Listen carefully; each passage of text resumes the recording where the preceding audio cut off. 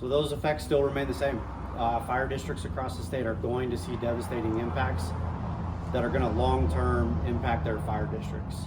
The immediate impacts and a lot of the more ratcheting down of our revenue is not going to go into effect until 2026.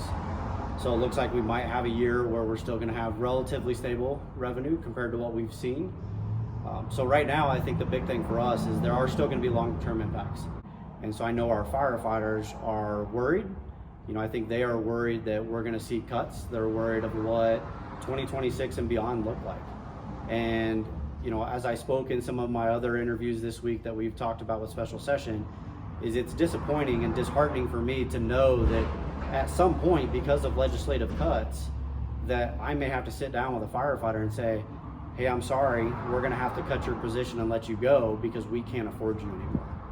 And that would be the most devastating thing I've ever had to do in my career.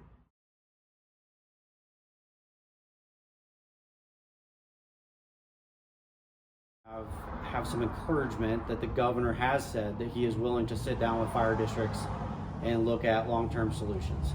And my understanding is their plan is to have those discussions between now and during the next regular session of the General Assembly in the spring, and looking at long-term solutions to help stabilize fire district revenue.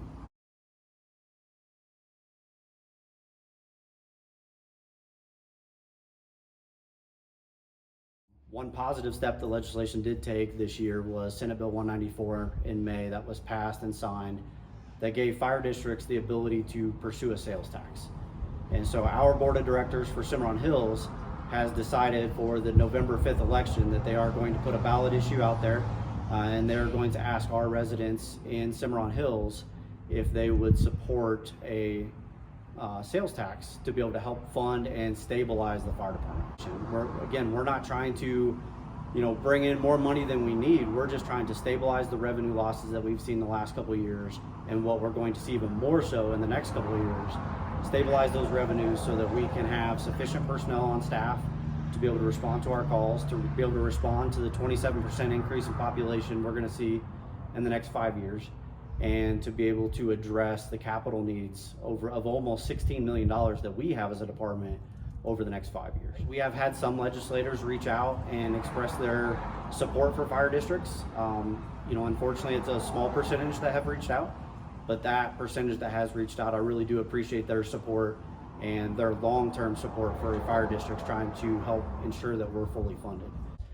The one thing that we still haven't heard from the legislators that I would put back as a challenge to those legislators and the governor is, why are property taxes the only thing we're looking at reducing?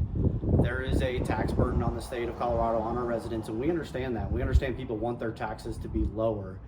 However, we still have a service to provide. And so my challenge back to the legislators is, why are they not explaining why income tax, why the gas tax, why vehicle registration fees, why those things cannot be the targets of reductions? Why is it only property tax? Truly, and one of the things that I sent to the legislators, 34% of Coloradans are renters.